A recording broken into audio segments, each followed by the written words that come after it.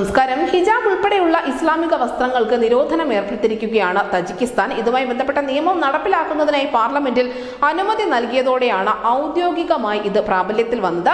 റംസാൻ, ബക്രീദ് തുടങ്ങിയ ദിനങ്ങളിൽ കുട്ടികൾ അനുഷ്ഠിക്കുന്ന ഈദ് ഗാർദക് എന്ന അനുഷ്ഠാനവും ഇവിടെ വിലക്കിയിട്ടുണ്ട്.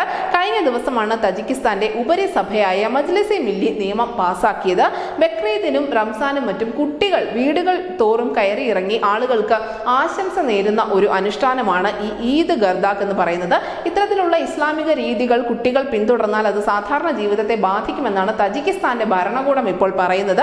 കുട്ടികൾക്ക് മികച്ച വിദ്യാഭ്യാസവും സുരക്ഷയും മറ്റും ഉറപ്പാക്കുന്നതിന് കൂടിയാണ് ഭരണകൂടം ഇത്തരത്തിലുള്ള ഒരു നിയമം കൊണ്ടുവന്നിരിക്കുന്നത്. മതത്തിന്റെ രീതി പിന്തുടരാൻ ആളുകളെ ഒരു കാരണവശാലും നിർബന്ധിക്കാൻ പാടില്ല എന്നുള്ള നിർദ്ദേശം മതപണ്ഡിതന്മാർക്കും നൽകിയിട്ടുണ്ട്.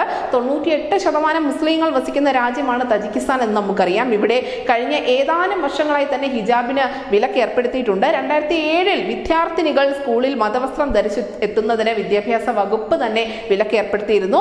ഇത് പിന്നീട് പൊതുസ്ഥലങ്ങളിൽ മതവസ്ത്രങ്ങൾ ഉപയോഗിക്കുന്നതിന് വിലക്കുണ്ടാകുന്ന ഒരു അവസ്ഥയിലേക്ക് നീങ്ങുകയായിരുന്നു. അതേസമയം തജിക്കിസ്ഥാനിലെ ഹിജാബ് നിരോധനത്തിനെതിരെയും കുട്ടികൾ അനുഷ്ഠിക്കുന്ന ഈദ് ഗർദാക്ക് എന്ന ചടങ്ങിന് വിലക്കിനുമൊക്കെ എതിരെയായി നിരവധി മുസ്ലിം മത പണ്ഡിതരും അല്ലെങ്കിൽ തീവ്ര ഇസ്ലാമിസ്റ്റുകളും ഒക്കെ എതിർപ്പുമായി രംഗത്തെത്തിയിട്ടുമുണ്ട്.